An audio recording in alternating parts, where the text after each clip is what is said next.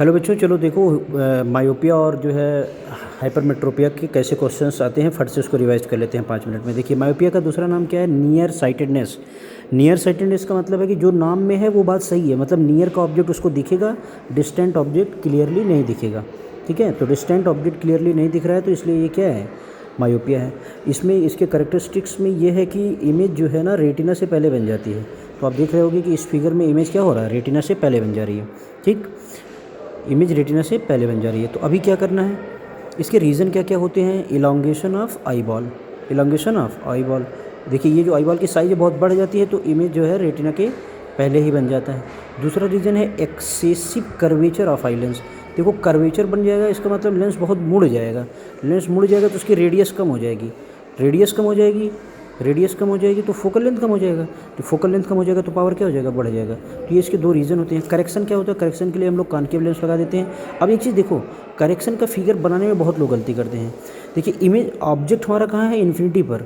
हमारा ये इस लेंस को लगाने का उद्देश्य क्या है? ताकि हम फार पॉइंट जो हमारा इन्फिनिटी है, देखो मायोपिया में होता क्या है ना, एक चीज़ ध्यान से सुनो कि मायोपिया में हमारा फार पॉइंट घट जाता है।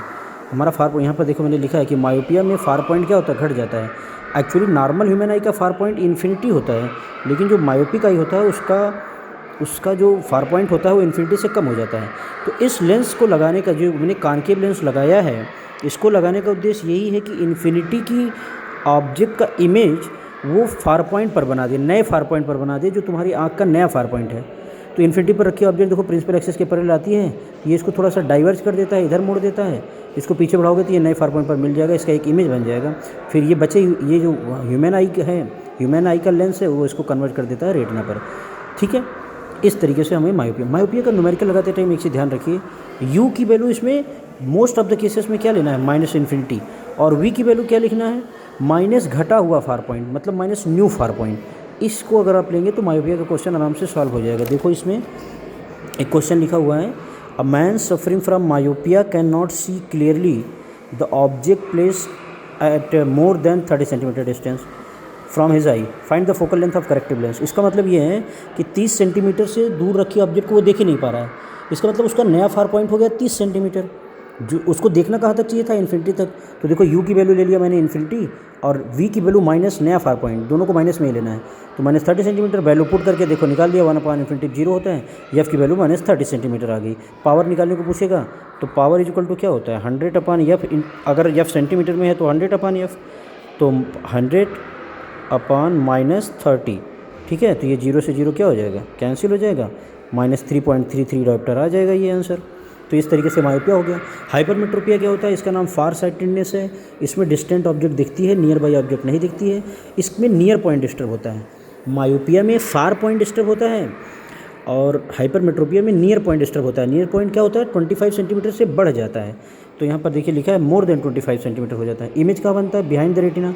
रीज़न क्या है? आई बॉल की शार्टेनिंग और low converging power of eye lens. Eye lens की पावर क्या होती है? घट जाती है, क्योंकि सीलियरी मसल से रिलैक्स हो जाती है, तो उनका क्या रेडियस बढ़ जाता है। रेडियस बढ़ जाता है तो फोकल लेंथ भी बढ़ जाता है, फोकल लेंथ बढ़ जाता है तो पावर घट जाती है। ये पूरा रीज़न देखिए यहाँ पर रेटिना के पीछे बन रहा है। तो ये कौन सी आई है? हाइपरमेट्रोपिक आई है। इसके करेक्शन का फिगर ध्यान से समझो। देखो, ये 25 सेंटीमीटर पर रखी ऑब्जेक्ट थी, ये 25 सेंटीमीटर पर रखी ऑब्जेक्ट थी। इसको हमारी आँख देख नहीं पा रही है क्योंकि इमेज रेटिना के पीछे बन रहा है। तो हमारा उद्देश्य क्या होना चाहिए कि ये 25 सेंटीमीटर पर रखी ऑब्जेक्ट का इमेज रेटिना पर बन जाए। तो इसके लिए मैंने क्या किया, यहाँ पर एक कॉन्वेक्स लेंस लगा दिया। तो देखो, अभी ऑब्जेक्ट 25 सेंटीमीटर रखा है, यहाँ से रे गई, यहाँ से ये थोड़ा सा कन्वर्ज हो गई, इसको पीछे बढ़ाएंगे तो ये नए फार पॉइंट पर इसका इमेज बना दिया। इस ऑब्जेक्ट का इमेज इसने दूर बना दिया, क्योंकि जो है यहाँ पर हमारी आँख देखने में ये सक्षम है, इसको देख सकती है। तो इस तरीके से इमेज यहाँ पर बन गया। तो करेक्शन डायग्राम आप लोग इसका देख लीजिएगा। न्यूमेरिकल लगाते टाइम, हाइपरमेट्रोपिया का न्यूमेरिकल लगाते टाइम यू की वैल्यू -25 सेंटीमीटर लेना है और वी की वैल्यू क्या लेना है? Minus new near point. जो नया वाला नियर पॉइंट है उसके बाद, जैसे देखो एक क्वेश्चन लगाया हुआ है, बहुत आसान सा क्वेश्चन है, अ near point of a person is 50 centimetre, जबकि होना क्या चाहिए था? 25 सेंटीमीटर। मतलब ये नया नियर पॉइंट है, नियर पॉइंट बढ़ गया, तो ये हो जाएगा v equal to minus new near point. और u की वैल्यू हमेशा कितना लेंगे? -25 सेंटीमीटर। इसमें रख करके हमने वैल्यू निकाल लिया, तो पावर कितना आ गई? +2 डायोप्टर आ गया। क्योंकि कॉन्वेक्स लेंस की पावर पॉजिटिव होती है ना। देखो अगर एफ सेंटीमीटर में रहे तो पावर का फार्मूला 100/f लगाया करो, और अगर मीटर में रहे तो 1/f लगाया करो। इस तरीके से हमने मायोपिया और हाइपरमेट्रोपिया के क्वेश्चन लगा लिए। अब तुम प्रेस बायोपिया पढ़ लो। ओल्ड एज में जो हाइपरमेट्रोपिया होता है that is known as presbyopia. कभी कभी उसमें क्या है, दोनों प्रॉब्लम आ जाती है, नियर साइटेडनेस और फार साइटेडनेस दोनों की प्रॉब्लम हो जाती है। ऐसे केस में हम लोग कौन सा लेंस यूज़ करते हैं, बाई कॉन्वेक्स लेंस यूज़ करते हैं। और बाई कॉन्वेक्स लेंस में नीचे क्या लगाते हैं, इसके नीचे वाले पोर्शन में लगाते हैं कॉन्वेक्स लेंस, और ऊपर वाले पोर्शन में लगाते हैं क्या, कॉनकेव लेंस।